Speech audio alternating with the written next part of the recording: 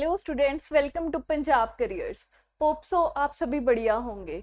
तो जैसा कि आप जानते हैं कि हम लेक्चर कैडर के PYQ डिस्कस कर रहे हैं 2021 ईयर के, तो वो वाली सीरीज आज हम आगे कंटिन्यू करेंगे। तो सबसे पहले हम डिस्कस कर लेते हैं कि हमें जो सिलेबस है उसको कवर किस तरह से करना है, कौन सा टॉपिक कहाँ से करना है। अब जैसे कि हम जानते हैं कि हमारा जो लेक्चर कैडर है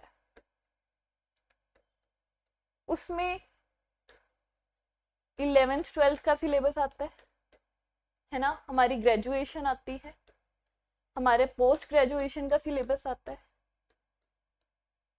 तो कौन सी चीज को कहाँ से और कितनी डेप्थ में पढ़ना है, एक बार थोड़ा सा हम इसका आइडिया ले लेते हैं। जस्ट +1 +2 के लिए सबसे पहले तो आपको NCERT अच्छे से करनी है। NCERT की एग्जाम्पलर बुक आती है एक, हो सकता है आप में से बहुत लोगों ने वो कर भी रखी हो। ठीक है, इसमें बहुत अच्छे क्वेश्चंस दिए गए हैं, उन क्वेश्चंस की प्रैक्टिस करनी है यहाँ से। ठीक है, उसके बाद ग्रेजुएशन में से हमें जो करना है, टॉपिक्स के बेसिक जो मतलब थ्योरम्स है वो लर्न होनी चाहिए, स्टेटमेंट्स पता होनी चाहिए। ठीक है, प्रॉपर्टीज पता होनी चाहिए। ठीक है, बहुत ज्यादा डेप्थ में करने की जरूरत नहीं है, इन दोनों चीजों को डेप्थ में नहीं करना। ठीक है, इधर से भी इवन पोस्ट ग्रेजुएशन का भी सेम ही है कि हमें जो थ्योरम्स की स्टेटमेंट्स होगी, प्रॉपर्टीज होगी, उन्हें अच्छे से कर लेना है। और जितने भी फॉर्मूलाज हैं वो लर्न होने चाहिए अच्छे से, ताकि अगर उनकी एप्लीकेशन भी आती है तो हम इजीली उन्हें कर सके। ठीक है, तो स्टार्ट करते हैं अपनी वीडियो को। तो हमारा पहला क्वेश्चन है, between any two distinct real numbers there exist. कोई भी दो डिस्टिंक्ट रियल नंबर्स होते हैं जब भी हमारे पास, तो उनमें क्या होता है, इनफाइनाइट रैशनल्स और इनफाइनाइट इरेशनल नंबर्स होते हैं, है ना। तो कहाँ पे है ये option, no rational number, only one rational number, गलत। ये भी गलत। फाइनाइट होते हैं, नहीं, इनफाइनाइट होते हैं। ये infinite many rational, even irrational भी इनफाइनाइट मैनी होते हैं और रैशनल्स भी इनफाइनाइट मैनी होते हैं। ठीक है, next question, the set R positive of positive real number is bounded above, bounded below, finite, countable। सबसे पहले तो ये पता होना चाहिए R पॉजिटिव वाला सेट दिखता कैसे है।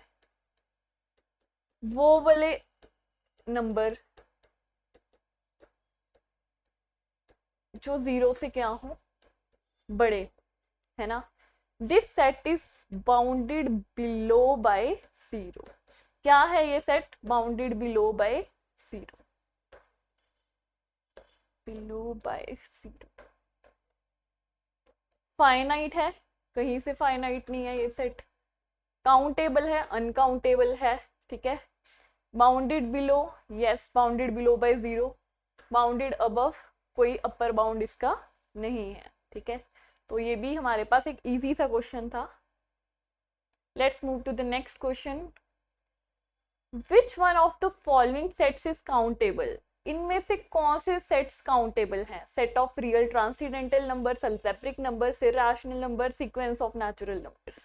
सबसे पहले तो हमें ये बात पता है कि जो हमारे पास रैशनल्स का सेट होता है ये कैसा होता है, काउंटेबल सेट होता है। इरेशनल्स का सेट कैसा होता है हमारे पास, अनकाउंटेबल होता है ना। क्यों, ये क्यों अनकाउंटेबल होता है, देखो, जो हमारे पास रियल्स है वो कैसे बनते हैं, रैशनल्स, इरेशनल्स, रियल्स। ये अनकाउंटेबल होता है, हमें पता है, रियल्स का सेट। रैशनल्स का कैसा होता है, काउंटेबल। तो ये वाला सेट कैसा होगा, अनकाउंटेबल। यहाँ पे टर्म यूज की गई है, ध्यान से देखना, अलजेब्रिक नंबर्स। अलजेब्रिक नंबर्स कौन से होते हैं, ठीक है, अलजेब्रिक नंबर्स देखते हैं कौन से होते हैं।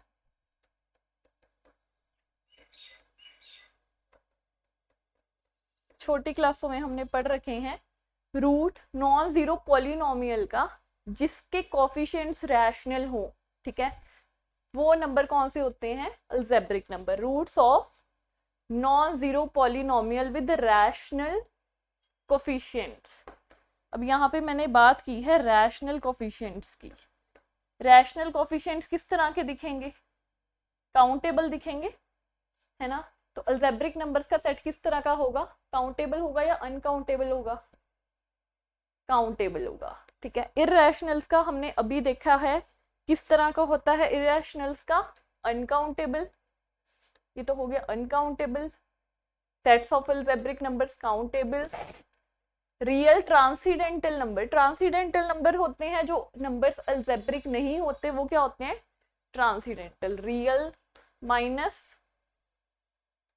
अलजेब्रिक नंबर्स, ठीक है। Algebraic number rational, algebraic number countable होते हैं, है ना। तो हमारे पास ट्रांसीडेंटल नंबर कैसे हो जाएंगे? अनकाउंटेबल। उसके बाद आता है the set of sequences of natural numbers. Okay, इसको भी अच्छे से एक बार डिस्कस कर लेते हैं। वैसे तो जो हमारे पास नेचुरल नंबर होते हैं, है ना, वो किस तरह के दिखते हैं? काउंटेबल होते हैं, हमें पता है natural numbers are countable. So the set of all sequences of natural numbers, all sequences, ठीक है। क्या ये इसके इक्विवेलेंट हो सकते हैं? हमें सेट किसका लेना है? सीक्वेंसेस का सेट लेना है, ठीक है। तो क्या मैं ये कह सकती हूँ ये इसके इक्विवेलेंट है? और इसकी कार्डिनैलिटी कितनी होती है? नेचुरल्स की कार्डिनैलिटी होती है अलिफ नॉट पावर अलिफ नॉट। इसको हम 2 पावर अलिफ नॉट लिख सकते हैं। और 2 पावर अलिफ नॉट क्या होता है? कॉन्टिनम। और कॉन्टिनम क्या होता है? कॉन्टिनम जिसकी भी कार्डिनैलिटी होती है वो सेट अनकाउंटेबल होता है। कैसा सेट होता है? अनकाउंटेबल। अब ये अलिफ नॉट कॉन्टिनम वैसे तो हमने अपनी मास्टर्स में पढ़ रखे हैं, पर अगर आपने नहीं पढ़े तो हम अपने बैच में इसको अच्छे से डिस्कस करेंगे, ठीक है। अपनी क्लास में अच्छे से ये वाला कॉन्सेप्ट करेंगे कि अलिफ नॉट कॉन्टिनम क्या होता है। तो हमारे पास ये वाला सेट भी कैसा हो गया? अनकाउंटेबल। तो काउंटेबल एक ही सेट है, कौन से वाला? Set of all algebraic numbers, ठीक है। So B option is a right. Moving to the next question. The AM between Pth and Qth term of an AP is equal to the AM between Rth and Sh term of an AP, then P plus Q equals. Pth and Qth term का AM लिख लो, इस तरह का ही होगा, है ना। उसके बाद it is equal to AM between Rth and Sh term of AP plus TS by 2। 2 से 2 कैंसिल हो गया, क्या आ गया? TP plus TQ equals TR plus TS।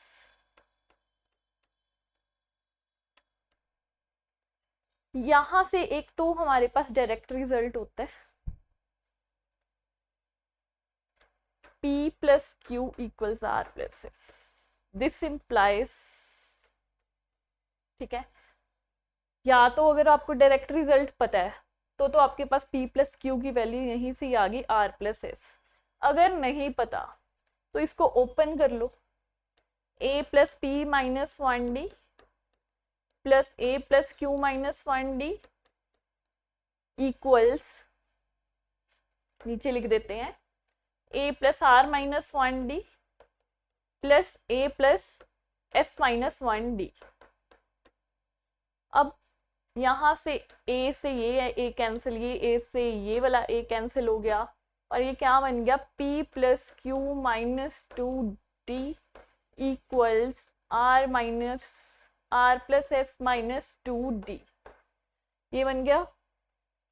यहाँ से देखो D से D कैंसिल आउट हो रहा है, क्लियरली हो रहा है।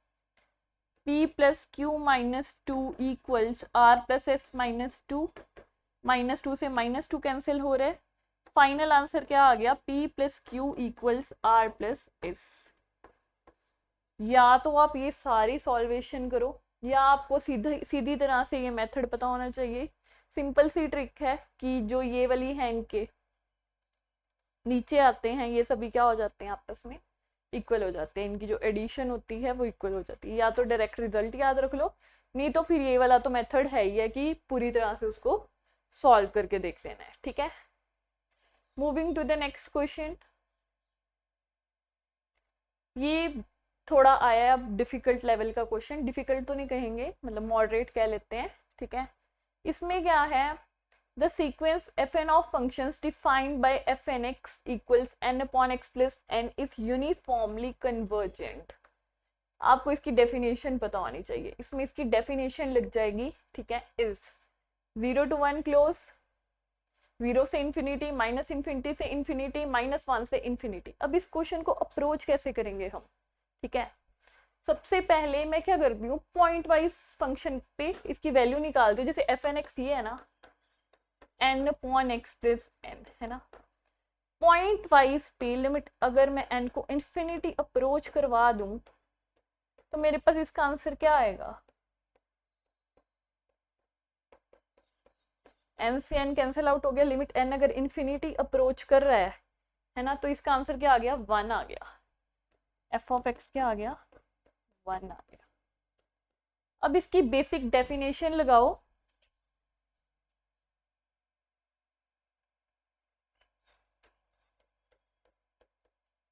fnx minus f of x, ठीक है, सुप्रीमम x, जो x होगा वो कहां से लेंगे, या तो option A B C D, ठीक है।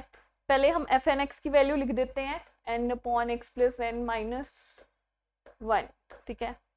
यहाँ पे -x का मॉड x प्लस एन, इस सब का मॉड है, यहाँ पे x बाहर आ जाएगा, mod of x plus n रह जाएगा। यहाँ तक तो कर लेते हैं, इसके आगे नहीं समझ आता कि अब क्या, ठीक है। इसके बाद क्या करते हैं, हम ऑप्शंस पुट करके देखते हैं, जस्ट वेट। ऑप्शंस कैसे पुट करें, ए ऑप्शन में अगर हम देखें तो जो x की वैल्यू है वो 0 से 1 में लाई कर रही है, राइट। ये देखो, ये क्या है, यहां से x तो बाहर ही ले लो, अच्छे से लिख देते हैं इसको, ठीक है।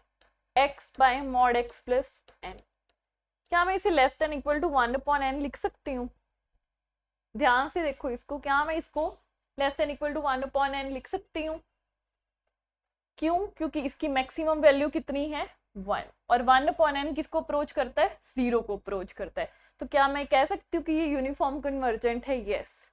यहाँ से हम कह सकते हैं कि 0 से 1 इंटरवल में ये यूनिफॉर्म कन्वर्जेंट है। बट बाकी के इंटरवल्स का क्या, इसमें तो आ गया, बाकी वाले भी एक बार हम चेक करके देख लेते हैं।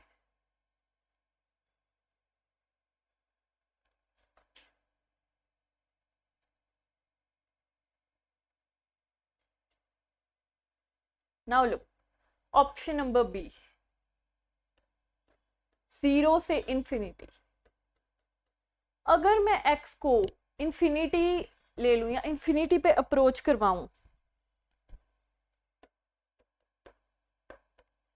तो इस चीज की वैल्यू क्या आएगी, क्या आंसर आएगा इसका, 1 आएगा, जो कि 0 की इक्वल तो है भी नहीं है, राइट। तो ये तो यूनिफॉर्म कन्वर्जेंट नहीं होगा। अगला माइनस इन्फिनिटी से इन्फिनिटी, वैसे तो इसमें भी इन्फिनिटी है, बट एक चीज चेक करो, इसमें -n भी तो लाई करेगा, है ना। अगर इसमें -n लाई करेगा तो क्या ये चीज हम चेक भी कर पाएंगे इवन इस फंक्शन के लिए, ये वाले फंक्शन के लिए, ये तो डिफाइन ही नहीं है। यहाँ पे -n पुट करो, अनडिफाइंड ही बन गया, है ना।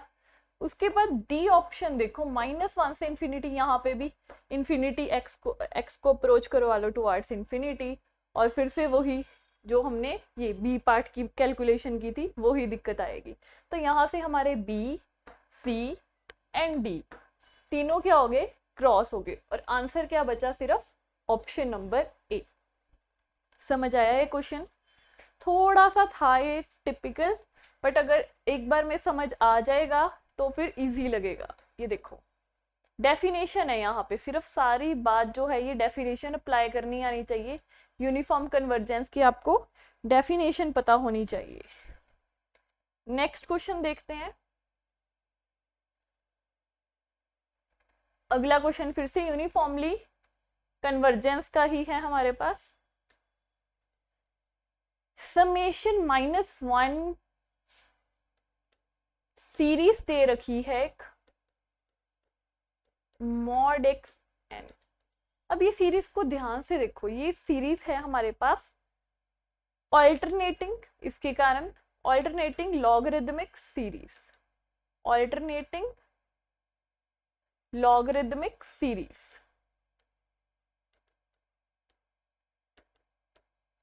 बस इसकी प्रॉपर्टी अगर तो आपको पता है, ये क्वेश्चन बहुत ही इजीली हो जाएगा, मतलब प्रॉपर डेफिनेशन लगाने की भी जरूरत नहीं होगी। मॉड एक्स को टी से रिप्लेस कर दो, क्या बनेगा ये T power n upon N.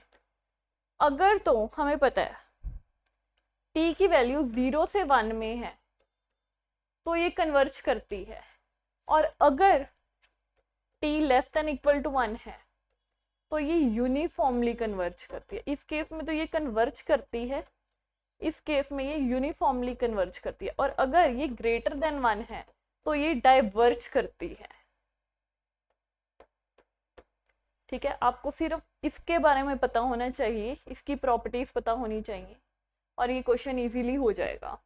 अब हमें क्या चाहिए, यूनिफॉर्मली कन्वर्जेंट। कौन सा केस हो गया, T less than equal to 1। T की वैल्यू क्या है, मॉड एक्स। टी की वैल्यू क्या है, mod x less than equal to 1। तो x की वैल्यू कहां से कहां तक आ गई, -1 से 1 तक। x की वैल्यू कहां से कहां आ गई, -1 से 1 तक। D option is the correct answer. ठीक है, इसमें हमें बेसिक मतलब वैसे नहीं किया हमने वो मेथड से, इसमें हमने देखा कि ये लॉगरिदमिक बन रही है तो हमने उसकी प्रॉपर्टी क्या कर ली, यूज कर ली। ठीक है, moving to the next question.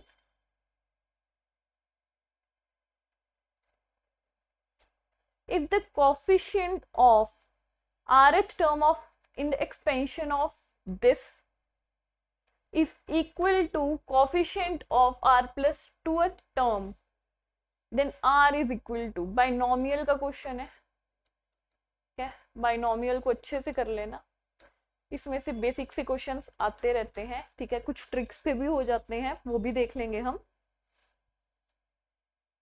Now coefficient of rth term in this, क्या होगा कोफिशिएंट, 20c r - 1, ये होगा इसका कोफिशिएंट, है ना। Coefficient of r plus 2th term, r plus 2th term का कोफिशिएंट क्या होगा, r plus 1, 20c r plus 1। अब फॉर्मूला होता है, अगर तो वो पता है, जैसे कि NCK इक्वल्स NCM है जब भी हमारे पास, तो या तो ये K जो होता है ये M के इक्वल होता है। अगर ये K इस M के इक्वल नहीं होता तो K प्लस M N के इक्वल होता है, इसके इक्वल होता है। ये हो गया फॉर्मूला। ठीक है, अगर तो ये चीज को आप इक्वल ले लोगे तो R तो कैंसिल आउट हो जाएगा, R की वैल्यू तो आएगी नहीं। तो हम क्या करेंगे इस केस में, इस केस में हम इन दोनों की जो एडिशन है ना उसे ले लेंगे इसकी, मतलब कि ये चीज को अप्लाई किए यहाँ पे, यहां से मेरे पास R की वैल्यू 10 आ गई। ठीक है, R की value 10, option number A. Clear है ये क्वेश्चन, सिर्फ ये कंसेप्ट पता होना चाहिए था, ये क्वेश्चन डायरेक्ट ही हो रहा है। ठीक है, इसके बाद the sum of coefficients in the expansion of this, सबसे इजी क्वेश्चन। ठीक है, बिल्कुल कुछ सेकंड्स का क्वेश्चन है ये। जब भी एग्जाम में आपको पूछा जाए कि सम ऑफ कोएफिशिएंट्स क्या है किसी की भी एक्सपेंशन में, ठीक है, x को हमेशा 1 पुट कर दो, बस ये ट्रिक है कि पुट x इक्वल्स 1। तो 1 पुट करो, क्या आ गया? 0। था ना इजी क्वेश्चन। नेक्स्ट क्वेश्चन पे चलते हैं। Coefficient of 1 upon x in the expansion of this. सबसे पहले क्या करेंगे, जैसे ही हमारे पास एग्जाम में क्वेश्चन आया तो हम मतलब किस तरह अप्रोच करेंगे, क्या सोचेंगे? देखो, plus 1 n 1 plus x power n। मेरे दिमाग में तो आ रहा है कि इसका एलसीएम ले लेना चाहिए हमें, लेकर देख लेते हैं। लो, एलसीएम ले लिया इसका। अब बेस सेम, पावर ऐड हो जाएंगी। x पावर, इसकी पावर n भी लिखनी है याद से। अब ये बन गया हमारे पास। देखो, हमें किसकी पावर चाहिए, सॉरी किसका कोफिशिएंट चाहिए? 1 अपॉन x का, मतलब x इन वर्स का, है ना। अगर मैं इसका कोफिशिएंट निकालूं, वेट, ऑफ x -1 का चाहिए ना। लो, इसका कोफिशिएंट निकाल लो तो वो इसी के कोफिशिएंट के इक्वल हो जाएगा। कैसे? अब नीचे एक x पावर n पड़ा है मेरे पास, एक x पावर n मैंने ले लिया, मेरे को -1 का चाहिए था, ठीक है। तो ये वाला -n और वो वाला -n आपस में गया। अब देखो, coefficient of xn -n, x power n -1 कैसे दिखेगा? n की वैल्यू क्या है? 2n c n -1। तो यहां से कौन सी ऑप्शन आंसर आ गई हमारे पास? Option number D, 2nc n -1। हमने बस यहाँ पे ये देखना है कि कोफिशिएंट किसका निकालना है। ये टर्म एक बार अच्छे से आपने एक्सट्रैक्ट कर ली तो फिर तो बहुत ही सिंपल है। और ये टर्म एक्सट्रैक्ट कैसे की है? नीचे एक n पड़ा था मेरे पास, ठीक है, तो सो डेट ये कैंसिल आउट हो जाए इसलिए मैंने एक n ऊपर ले लिया, और मेरे को -1 का निकालना था, -1 ले लिया इसमें से, ठीक है। x पावर n -1 का कोफिशिएंट जब निकालेंगे तो वो कैसा दिखेगा? 2nc n -1 की तरह का दिखेगा। So moving to the next question. The number of terms in the expansion, again binomial का क्वेश्चन है। होमवर्क दे दें आपको, इजी ही है, इसमें कुछ खास नहीं है। Number of terms in expansion of this, इसकी एक्सपेंशन में कितनी टर्म्स होंगी? ये क्वेश्चन डायरेक्ट एक ट्रिक से होता है, ठीक है।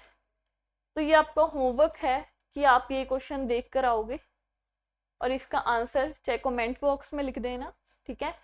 बाकी हम ये क्वेश्चन को अपनी नेक्स्ट क्लास में भी डिस्कस कर लेंगे कि इसका आंसर आपका सही आया या नहीं आया, ठीक है। इसमें बस एक ट्रिक लगेगी, ठीक है, n इवन और n ऑड के लिए, वो देख कर आना अच्छे से। नेक्स्ट क्वेश्चन पे चलते हैं। नेक्स्ट क्वेश्चन कहता है, if f of x is equal to this and this denotes the integral part of x equals k, x equals 2, then f is continuous at x equals 2 provided k is equal to। मतलब ये question लिखने का तरीका बहुत casual है, इसको अच्छे से लिख देते हैं हम। f of x is equal to x plus minus x for x not equal to 2, ठीक है। जहां पे ये x जो है ये क्या डिनोट करता है? इंटीग्रल पार्ट, ये अलग चीज है एक, ठीक है। इक्वल टू k आएगा अगर x इक्वल्स 2 है, ठीक है। Then f is continuous at x equals 2 provided k is equal to. k की वैल्यू क्या होगी? k की वैल्यू निकालनी है हमें, तो लिमिट चेक कर लेते हैं हम। x अप्रोच, और ये भी दिया गया कि f कॉन्टिन्यूस है, कोई भी एक साइड चेक कर लो, टू पॉजिटिव टू नेगेटिव, जो भी चेक करनी है आपको।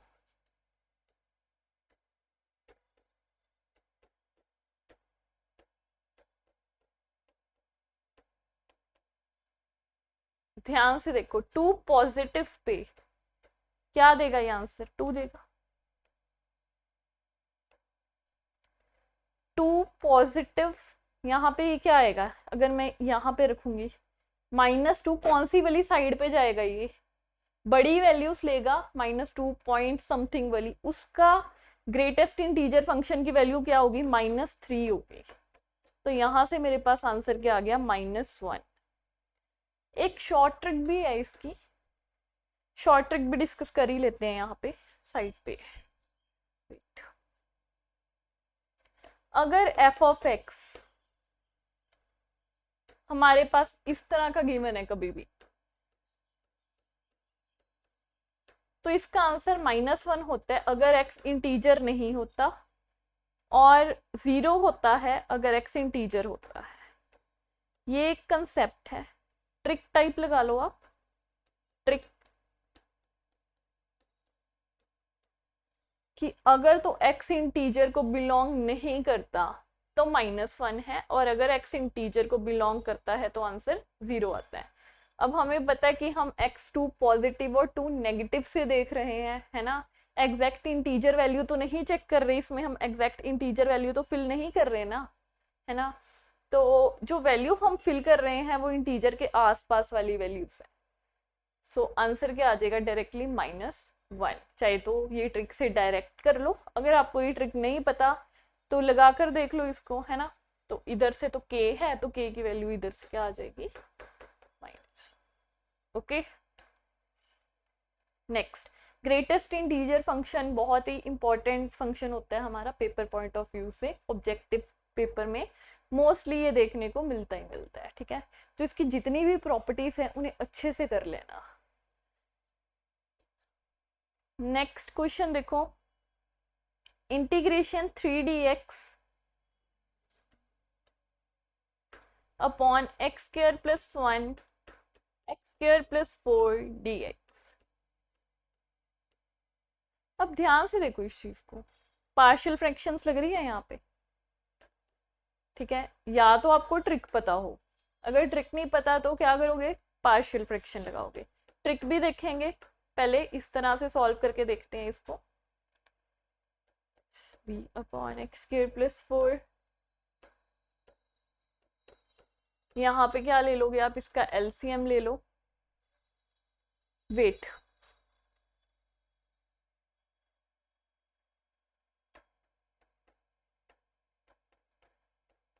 Plus bx² + b upon x² + 1 x² + 4, किसके इक्वल है ये, 3 अपॉन x² + 1 x² + 4 के इक्वल है। क्या है आगे, a + b = 0 आ जाएगा, क्यों, x² के जो कोफिशिएंट है उधर है नहीं है, और बाकी 4a + b क्या आ जाएगा, 1 आ जाएगा। यहाँ पे देखो a की वैल्यू क्या आ जाएगी, -b आ जाएगी यहाँ से, और अगर ये हमारा -b आ गया तो ये -4b + b क्या बन गया,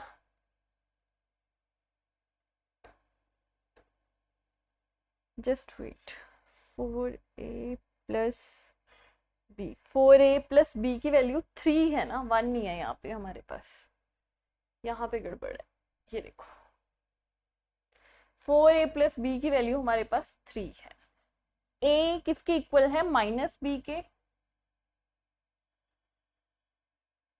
तो -4b + b = 3, -3b = 3, b की वैल्यू क्या आ गई यहाँ से, -1, और a की वैल्यू क्या आ गई यहाँ से, 1।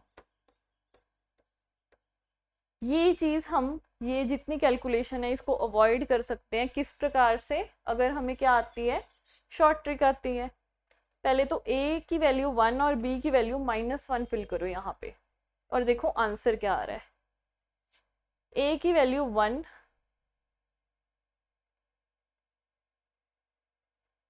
b की value -1।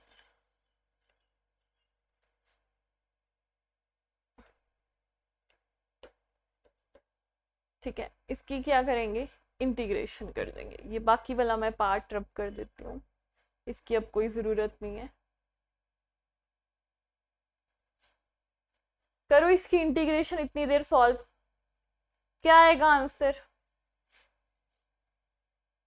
1/a tan inverse x upon a, 1/a tan inverse, यहाँ पे ये साइन माइनस का ना, प्लस माइनस माइनस,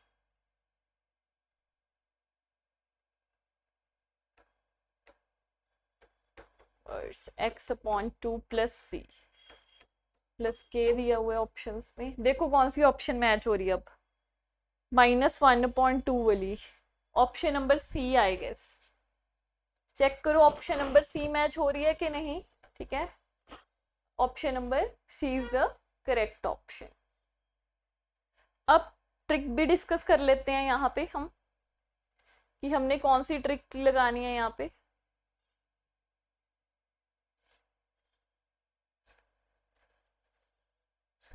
ट्रिक देखो,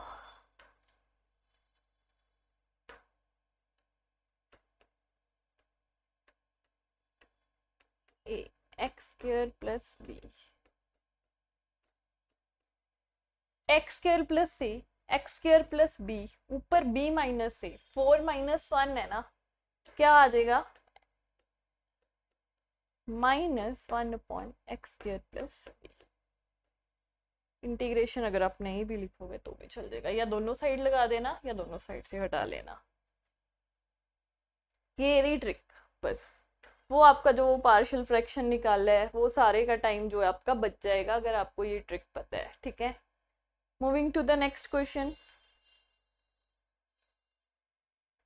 ये तो बहुत ही अच्छा स्टूडेंट फेवरेट क्वेश्चन है, एनसीईआरटी का क्वेश्चन है। 0 से a, 0 से π/2, इसको i की इक्वल ले लेते हैं हम, ठीक है। sin π/2 minus x upon sin π/2 minus x plus cos π/2 minus x. ये किसकी इक्वल है?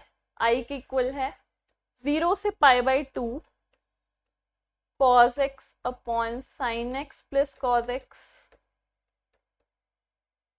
इक्वेशन नंबर 2, आई इधर लिख देते हैं। इक्वेशन नंबर 1, 1 + 2 कर दो, क्या आया? 2i इज इक्वल टू 0 से π/2 1 dx, i की वैल्यू क्या आ गई यहाँ से? π/4। सबसे इजी क्वेश्चन। कई बार इस तरह के क्वेश्चन भी दे देते हैं एग्जामिनर, ताकि आपका हौसला बढ़ता रहे। नेक्स्ट की स्टेटमेंट रीड करो इतनी देर आप।